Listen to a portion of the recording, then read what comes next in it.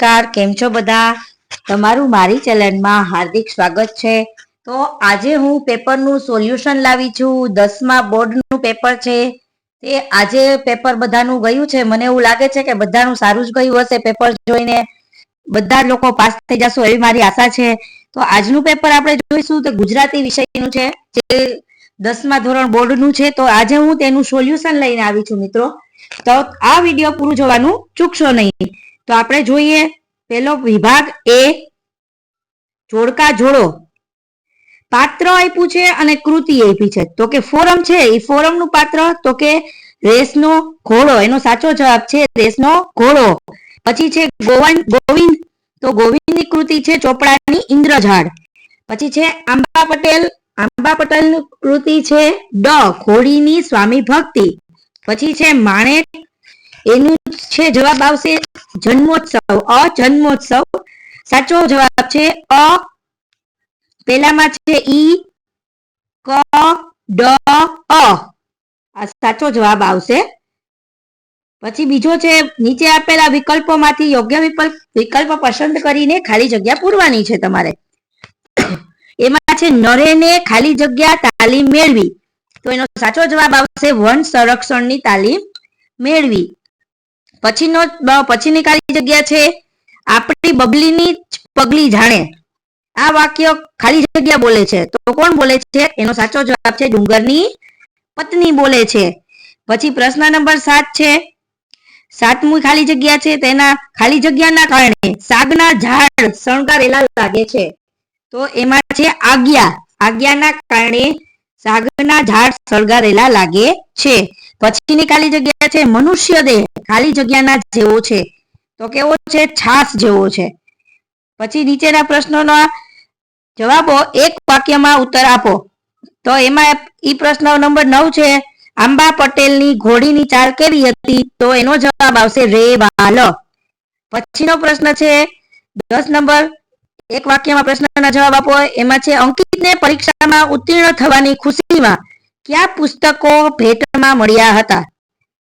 તો એનો જવાબ આવશે રામાયણ અને મહાભારતની બાળકથાના પુસ્તકો તેમને ભેટમાં મળ્યા હતા.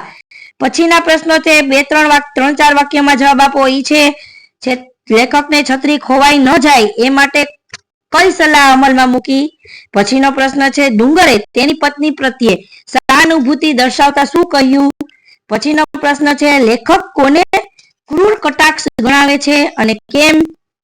પછીનો પ્રશ્ન છે નીચેના પ્રશ્નોના જવાબ 10-12 વાક્યોમાં મુદ્દાસર ઉત્તર લખો. ગમે તે 2 લખવાના છે. 14મો પ્રશ્ન છે એનો 10-12 વાક્યમાં આખરે તો શિક્ષણનું ધ્યેય બાળક ઉમદા માણસ બને તે છે. આ વિધાન તમારે વિગતે સમજાવવાનું છે. પછીનો પ્રશ્ન છે માનવ અને પ્રાણીની પરસ્પર પ્રીત ઘોડીની સ્વામી ભક્તિ પાઠને આધારે વર્ણવો. પછીનો પ્રશ્ન છે ચોપડાની ઇન્દ્રજાળ પાઠમાં રાતો ચોપડો ફાડી નાખવા પાછળ ભીખલાનું મનોમંથન કેવું હતું? પછીનો પ્રશ્ન વિભાગ બી માં છે. એમાં અ છે નીચેના જોડકાઓ યોગ્ય રીતે જોડો. એના પણ આપણે જવાબો જોઈશું.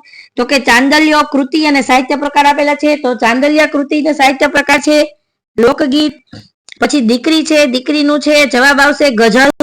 પછી વતનથી વિદાય થતા એનો જવાબ આવશે સોનેટ. પછી વૈષ્ણવજન તો ઈ છે પદ. પછીનો પ્રશ્ન છે નીચેના આપેલા વિકલ્પોમાંથી યોગ્ય વિકલ્પ પસંદ કરીને ખાલી જગ્યા પૂરો. એમાં એક જોઈએ છે 21 નંબરની ખાલી જગ્યા. તો કવિ ખાલી જગ્યાના ઉડતા આવવાની ઈચ્છા વ્યક્ત કરે છે. તો એનો જવાબ આવશે મોરપીંછ. પછીની ખાલી જગ્યા છે શીલવંત સાધુનો અર્થ ખાલી જગ્યા થાય છે. તો એનો જવાબ આવશે ચારિત્ર્યવાન. પછીની ખાલી જગ્યા છે સ્વજન સુધી ખાલી જગ્યા લઈ જશે. તો આવશે એનો જવાબ દુશ્મનો. પછીની ખાલી જગ્યા છે ખાલી જગ્યા બનવું દુર્લભ છે. તો એનો સાચો જવાબ આવશે દેશ દીપક. પછી નીચેના પ્રશ્નોના જવાબો 1-2 વાક્યમાં આપો. પંખીઓને પામવા કવિ શું કરવાનું કહે છે? તો એનો જવાબ આવશે છાની રીતે અવાજ સાંભળવાનું કહે છે. પછીનો પ્રશ્ન છે કવિ કયા વૃક્ષની નીચે બેઠા છે? તો એનો જવાબ આવશે મહુડી. મહુડી વૃક્ષની નીચે કવિ બેઠા છે. પછીના પ્રશ્નો છે, આપેલા પ્રશ્નોના ઉત્તરો 3-4 વાક્યમાં આપો. એક છે, કવિ રાજેન્દ્ર શાહ આપણી વ્યથામાંથી કેવી રીતે રસ્તો કાઢવાનું કહે છે. પછીનો પ્રશ્ન છે, સત્યના આયુધની કઈ વિશેષતા છે. પછીનો પ્રશ્ન છે, દીકરીને માથે હાથ ફેરવવો અને દીકરી હાથ દે એ બેમાં શું તફાવત છે. પછીનો પ્રશ્ન છે, નીચે આપેલા પ્રશ્નોના જવાબો 10-12 વાક્યમાં મુદ્દાસર આપો, ગમે તે બે. એમાં 30મો પ્રશ્ન છે, હું એવા ગુજરાતી કાવ્યમાં કવિ પોતે ગુજરાતી હોવાનું ગૌરવ કયા કયા કારણોસર અનુભવે છે. પછી 31મો છે, વૈષ્ણવજન પદના આધારે વૈષ્ણવજનના લક્ષણો જણાવો. 32મો પ્રશ્ન છે, વતનથી વિદાય થતા કવિએ અનુભવેલી વેદનાનું વર્ણન કરો. પછી વિભાગ સી, માગ્યા પ્રમાણે ઉત્તર આપો. આપેલા વિકલ્પોમાંથી સાચો વિકલ્પ પસંદ કરીને જવાબ આપવાનો છે. એમાં 33મો પ્રશ્ન છે, નીચેના શબ્દોની સાચી જોડણી શોધીને લખો. તો એનું પહેલું છે પ્રતિબિંબ. તો પ્રતિબિંબમાં આવશે બીજા નંબરનું ઓપ્શન છે પ્રતિબિંબ, એ જવાબ સાચો આવશે. પછી છે ગીરી, ગીરીમાં પણ બીજા નંબરનો જે છે તે સાચો જવાબ આવશે. પછી 34મો પ્રશ્ન છે, પો વત્તા અન શબ્દની સાચી સંધિ જોડો. તો એનો સાચો જવાબ આવશે પવન. પછી 35મો પ્રશ્ન છે, દાવ પેચ શબ્દનો સમાસ જણાવો. તો દાવ પેચ શબ્દનો સમાસ છે દ્વંદ્વ સમાસ. પછી 36મો પ્રશ્ન છે, નીચે આપેલા બંને શબ્દના જોડણી ભેદે થતો અર્થભેદ જણાવો. તો એનો જવાબ છે ખાદ્ય, તો એનો જવાબ આવશે ખોટ. પછી બીજું ખાદ્ય છે, તો એનો જવાબ આવશે અનાજ. પછીનો પ્રશ્ન જોઈશું, માણેકના કરુણ ચિત્કારે તેમનો પીછો પકડ્યો. વાક્યમાં અલંકારનો પ્રકાર જણાવો. તો એનો અલંકાર પ્રકારનો જવાબ છે સજીવારોપણ અલંકાર. પછી પ્રશ્ન નંબર 38 છે, સામાજિક શબ્દમાં કયો પ્રત્યય રહેલો છે. તો એમાં આવશે જવાબ આવશે એનો પર પ્રત્યય. પછીનો પ્રશ્ન છે, નીચેના શબ્દોનો સમાનાર્થી શબ્દ શોધીને લખો. ઉજ્જળ, તો ઉજ્જળનું આવશે વેરાન. પછી ગીરા, ગીરાનું સમાનાર્થી થશે વાણી. પછીનો 40મો પ્રશ્ન છે, લાચારી સંજ્ઞાનો આપેલા વિકલ્પોમાંથી સાચો પ્રકાર શોધીને લખો. તો એનો જવાબ સાચો જવાબ આવશે ભાવવાચક. લાચારી સંજ્ઞાનો પ્રકાર છે તો કે ભાવવાચક સંજ્ઞા છે. પછી છે, નીચેના પ્રશ્નોના માગ્યા મુજબ ઉત્તરો લખો. એમાં 41મો પ્રશ્ન છે, નીચેના રૂઢિપ્રયોગોનો અર્થ જણાવો. નવ નેજા પડવા એટલે ખૂબ તકલીફ પડવી.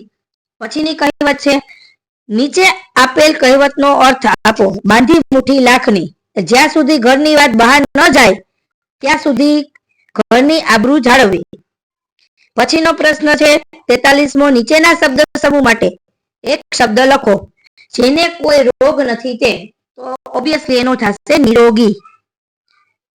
પછીનો પ્રશ્ન છે, નીચેના શબ્દ માટે વિરોધી શબ્દ લખો. સ્થૂળ, સ્થૂળનું વિરોધાર્થી સૂક્ષ્મ થશે.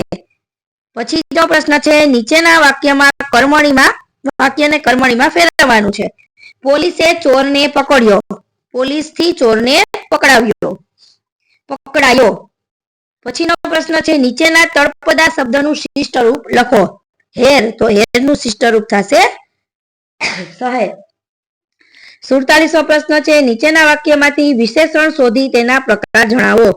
શીલવંત સાધુને વારે વારે નમીએ, તો એના આવશે વારે વારે છે તે વિશેષણ છે. પછીનો 48મો પ્રશ્ન છે, નીચેના વાક્યમાંથી ક્રિયા વિશેષણ શોધી તેનો પ્રકાર જણાવો. ખીચડી મને બહુ ભાવે નહીં, તો એનો છે બહુ. પછીનો પ્રશ્ન છે, તૃષ્ણા શબ્દમાં ધ્વનિ ઘટકો સ્વર અને વ્યંજન છૂટા પાડો. તો રૂ પ્લસ સ પ્લસ અને આ. પછીનો પ્રશ્ન છે, નીચેના વાક્યનું પ્રેરક વાક્યમાં રૂપાંતર કરો. રીછના હુમલાથી એક સુરતી કુટુંબ બચ્યું. મનીષાએ રીછના હુમલામાંથી એક સુરતી કુટુંબને બચાવ્યું. પછીનો પ્રશ્ન 51મો છે, નીચેની પંક્તિમાં રહેલા છંદને ઓળખો. લાંબા જોડે ટૂંકો જાય, મરે નહીં તો માંદો થાય. તો એનો જવાબ આવશે ચોપાઈ છંદ. પછી મભ નત તત ગાગા, આ કયા છંદનું બંધારણ છે? તો એનો જવાબ આવશે મંદાક્રાંતા. પછી જોઈ શકો છો કે નીચે આપેલી પંક્તિઓનો આશરે 15 વાક્યોમાં અર્થ વિસ્તાર આપો. તો એનો મેં છેલ્લે અર્થ વિસ્તાર આપેલો છે, હમણાં હું તમને કહીશ. સૌંદર્ય વેરફી દેતા ના સુંદરતા મળે. સૌંદર્ય પામતા પહેલા સૌંદર્ય બનવું પડે. પછી છે એના અર્થમાં છે, મંડવા પર ઘર પહોંચીને દુઃખ ન કહીએ રોઈ, માન ગુમાવીએ આપણું વહેંચી ન લેતું કોઈ. પછીનો પ્રશ્ન છે, તમારી શાળામાં યોજાયેલ વૃક્ષારોપણ કાર્યક્રમનો અહેવાલ આશરે 100 શબ્દમાં કહો. આ પણ મેં લખેલો છે છેલ્લે, તે તમને હું હમણાં કહીને સંભળાવીશ. પછી છે સંક્ષેપીકરણ છે, તે પણ તમે જોઈ શકો છો. વિદ્યાર્થીઓનું પ્રથમ કર્તવ્ય વિશે છે. પછી ગમે તે વિષય પર એક મુદ્દા પર 250 શબ્દોમાં નિબંધ લખવાનો છે. પેલું છે આપણા ઘડવૈયા બાંધવ આપણે. પછી છે મારો યાદગાર પ્રવાસ. પછી દીકરી ઘરની દીવડી. હવે આપણે એનો અર્થ વિસ્તાર આપણે જોઈએ. મેં હમણાં આગળ કીધું હતું કે સૌંદર્ય વેડફી દેતા ના સુંદરતા મળે. સૌંદર્ય પામતા પહેલા સૌંદર્ય બનવું પડે. તો આનો અર્થ વિસ્તાર હું તમને અત્યારે કહીને સમજાવું છું કે શું કહેવા માંગે છે. તો આ પંક્તિમાં કવિએ શું કીધું છે આપણને કે સૌંદર્યનું મહત્વ સમજાવ્યું છે કે સૌંદર્ય છે એ ઈશ્વરની પ્રસાદી છે. ઈશ્વરે આપેલી એક ભેટ છે. આ પ્રસાદી પુણ્યાત્મા જ પ્રાપ્ત કરી શકે છે. જે સારા વ્યક્તિ હોય છે એ જ પ્રાપ્ત કરી શકે છે, પાપીને નહીં. બાગમાં ખીલતા પુષ્પો, ઉષા સંધ્યાના રંગો, ખેતરોમાં લહેરાતો હરિયાળો મોર, નાના બાળકો વગેરેમાં કુદરતે મન મૂકીને સૌંદર્ય આપ્યું છે. તમે જોઈ શકો છો કે ખેતરમાં જેવી રીતે મોર ઉભો થતો હોય એ જોવાનો કેટલો આનંદ આવે છે. નાના બાળકો રમતા હોય એને પણ જોવાનો કેટલો આનંદ આવે છે. તો એ સૌંદર્ય છે. પરંતુ આ સૌંદર્ય આપણને માણતા આવડવું જોઈએ. આ વસ્તુઓનો નાશ કરીને સુંદરતાને પ્રાપ્ત કરી શકાય નહીં. સૌંદર્યની રક્ષા કરીને જ તેનો આનંદ માણી શકાય છે. સુંદર ફૂલને તોડી લઈએ તો એ ફૂલ થોડા સમયમાં જ કરમાઈ જાય છે. તેમ સૌંદર્યનો વિનાશ થઈ જાય છે. માટે પહેલા આપણે પોતે સુંદર બનવું પડશે. આ અર્થ વિસ્તાર આમાં પૂછાયેલો છે, તેનો મેં તમને જવાબ આપેલો છે. હવે છે તમારી શાળામાં યોજાયેલ વૃક્ષારોપણ કાર્યક્રમ આશરે 100 શબ્દોમાં લખો. હવે એનો હું તમને કહું છું તો એ મેં પણ આપેલો છે. વૃક્ષારોપણની ઉજવણી જામનગર તારીખ 11/3/2024. અમારી શાળામાં દર વર્ષે વૃક્ષારોપણ દિન ઉજવવામાં આવે છે અને અમે વૃક્ષો પણ વાવીએ છીએ. આજે અમારી શાળામાં જેટલા વૃક્ષો છે તે અમે વિદ્યાર્થીઓએ જ વાવેલા છે. આ વર્ષે પણ અમારી શાળામાં વૃક્ષા દિન ઉજવાયો હતો. સવારે 8 વાગે બધા વિદ્યાર્થીઓ મેદાનમાં આવી ગયા અને બેસી ગયા. અમારા આચાર્યશ્રીએ અને મુખ્ય મહેમાન પૂનમબેન માડામને બોલાવ્યા હતા અને તેમનો હાથે વૃક્ષારોપણ કાર્યક્રમ શરૂ કર્યો હતો. તેમણે એક આંબાનો છોડ વાવ્યો અને તેમાં પાણી ખાતર પણ નાખ્યું. આ પછી બધાઓએ તાળી પાડીને તેમનું સન્માન કર્યું અને અમારા ગામમાં બીજી ઘણી જગ્યાએ પણ અમે વૃક્ષો વાવ્યા. પછી અમે પ્રાર્થનામાં શિક્ષકે વૃક્ષોનું મહત્વ સમજાવ્યું કે વૃક્ષો આપણા જીવન છે. વૃક્ષ છે તો આપણને વરસાદ આવે છે, તે પ્રદૂષણને રોકે છે, તે વિશે અમને સમજાવ્યું. પછી બધું સમજાવ્યું અને પછી અમે શાળાએથી વિદાય લીધી. આ એક અહેવાલ લેખન છે, તે પણ મેં તમને વિદ્યાર્થી મિત્રો દર્શાવી દીધો છે. જોઈ શકો છો આ 10મા બોર્ડમાં પૂછાયેલું પેપર છે. જો તમને મારો આ વિડીયો ગમ્યો હોય તો મારી ચેનલને લાઈક કરજો, શેર કરજો અને સબસ્ક્રાઇબ જરૂરથી કરજો. થેન્ક યુ મિત્રો.